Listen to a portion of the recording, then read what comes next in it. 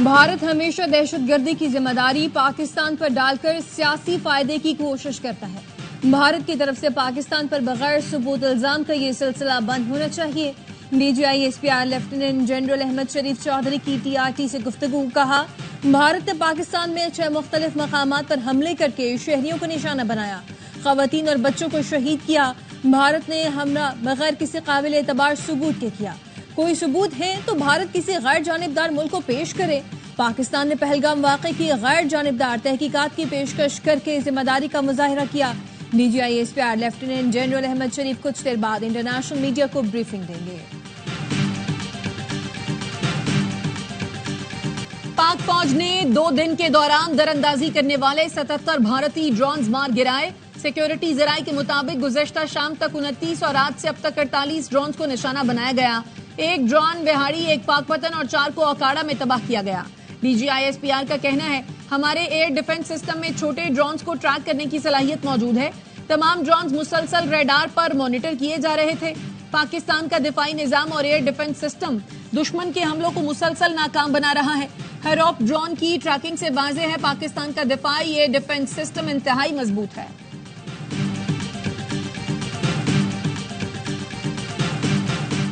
L O سی پر پاک فوج نے دشمن کو پسپائے پر مجبور کر دیا۔ بھارتی فوجیوں نے پھر سفید جھنڈا لہرا دیا۔ بٹل سیکٹر کے قریب دھرمسال 2 پوسٹ میں بھارتی فوج نے گھٹنے ٹیک دیے۔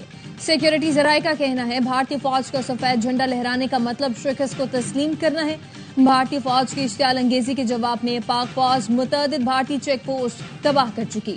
کوٹلی آزاد کشمیر میں کھوئی رٹا سیکٹر پر بھارتی فوج نے سول آبادی کو نشانہ بنایا۔ نومولود بچی سمیت 5 افراد شہید اور 14 زخمی ہوئے۔ بھارتی اقدامات نے 2 جوہری قوتوں کو آمنے سامنے لا کھڑا کیا۔ پاکستان ہر ممکن ضبط و تحمل کا مظاہرہ کر رہا ہے۔ ترجمان دفتر خارجہ کہتے ہیں، پہلگام واقعے کی آڑ میں بھارت نے پاکستان کے خلاف جھوٹا پروپیگنڈا کیا۔ پاکستان نے نیک نیتی سے غیر جانبدارانہ عالمی تحقیقات کی پیشکش کی۔ کیا کوئی ملک سوشل میڈیا پوسٹ کی بنیاد پر دوسرے ملک پر چڑھائی کر سکتا ہے؟ بھارت دہشت گردی کا شکار ہونے اور مظلومیت کا ڈرامہ کر رہا ہے۔ بھارت نے ڈرونز ہماری تنصیبات کو ٹریس کرنے کے لیے بھیجے، اس لیے ہم نے انہیں فوری نہیں روکا، محفوظ حد پر گرا دیا۔ پاک فوج بھارتی جارحیت کا بھرپور جواب دے رہی ہے۔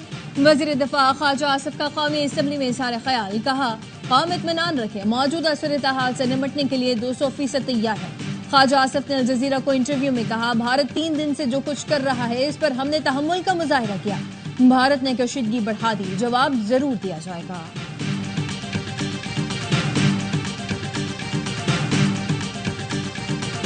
نائب وزیر اعظم اسحاق ڈار سے برطانوی وزیر خارجہ کا رابطہ۔ ڈیوڈ لیمی نے بھارتی حملوں میں قیمتی جانوں کے ضیاع پر تعزیت کی اور موجودہ صورتحال پر تشویش کا اظہار کیا۔ تحمل سے کام لینے اور کشیدگی کم کرنے کی ضرورت پر زور دیا۔ اسحاق ڈار نے کہا، بھارتی حملوں میں خواتین، بچوں سمیت معصوم شہری شہید ہوئے۔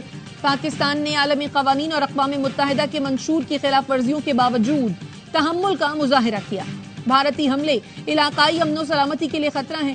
اٹلی کے وزیر خارجہ کا بھی اسحاق ڈار کو ٹیلی فون۔ پاکستان میں قیمتی جانوں کے نقصان پر اظہار افسوس۔ نائب وزیر اعظم نے اطالوی وزیر خارجہ کو بھارتی کھلی جارحیت سے آگاہ کیا۔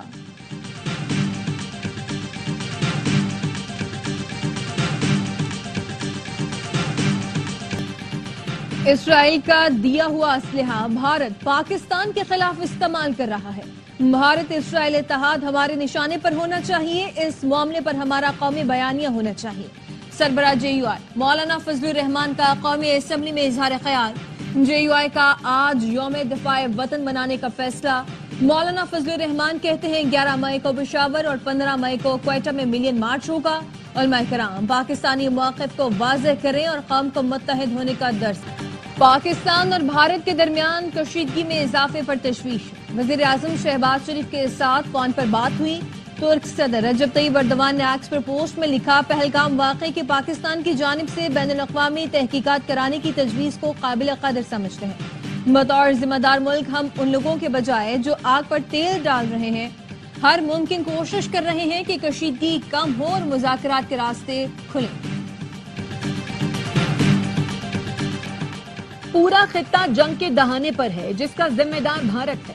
ہم ملک کی سلامتی پر ہرگز آنچ نہیں آنے دیں گے۔ وفاقی وزیر داخلہ محسن نقوی کی امریکہ کی قائم مقام سفیر سے 48 گھنٹوں میں دوسری ملاقات۔ نیٹلی بیکر کو کشیدگی صورتحال سے آگاہ کیا۔ بھارت کی ڈرونز دہشت گردی پر بریفنگ دی۔ محسن نقوی نے کہا بھارت نے عالمی قوانین پامال کر کے شہری آبادیوں کو ڈرون سے نشانہ بنانے کی کوشش کی۔ پاکستان نے درجنوں ڈرونز کو مار گرایا۔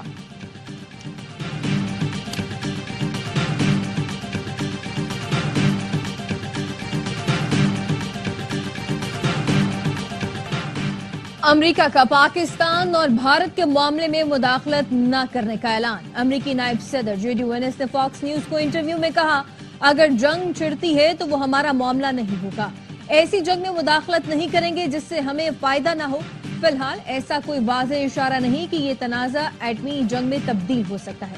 ترجمان امریکی محکمہ خارجہ ٹیمی بروس کہتے ہیں بھارت اور پاکستان سے کہا ہے مسلح تصادم بند کریں۔ امریکی وزیر خارجہ مارکو روبیو کی وزیر اعظم شہباز شریف سے بات ہوئی ہے۔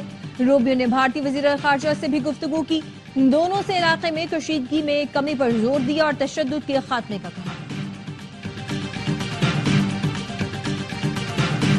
پاکستان بھارتی جارحیت کے جواب میں دفاعی اقدامات کر رہا ہے۔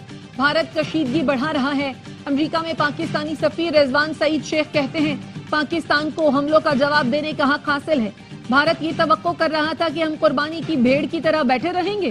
بھارت کو یہ سوچنا بھی نہیں چاہیے تھا کہ رد عمل نہیں آئے گا، ہم جواب دیں گے۔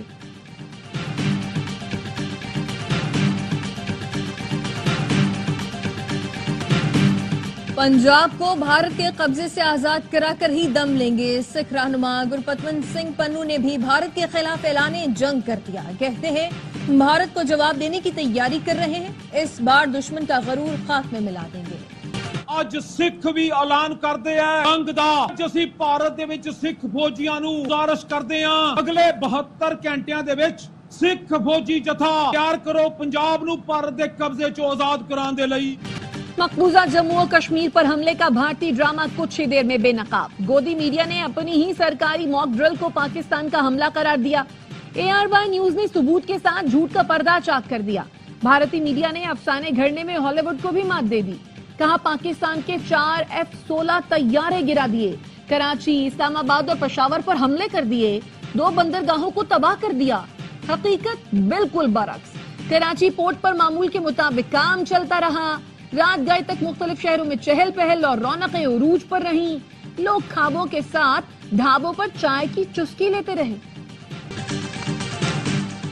اور پاک بھارت کشیدگی کے باعث IPL 1 ہفتے کے لیے ملتوی۔ BCCI کی تصدیق۔ فیصلہ دھرم شالہ میں پنجاب اور دہلی کے میچ کے بعد کیا گیا۔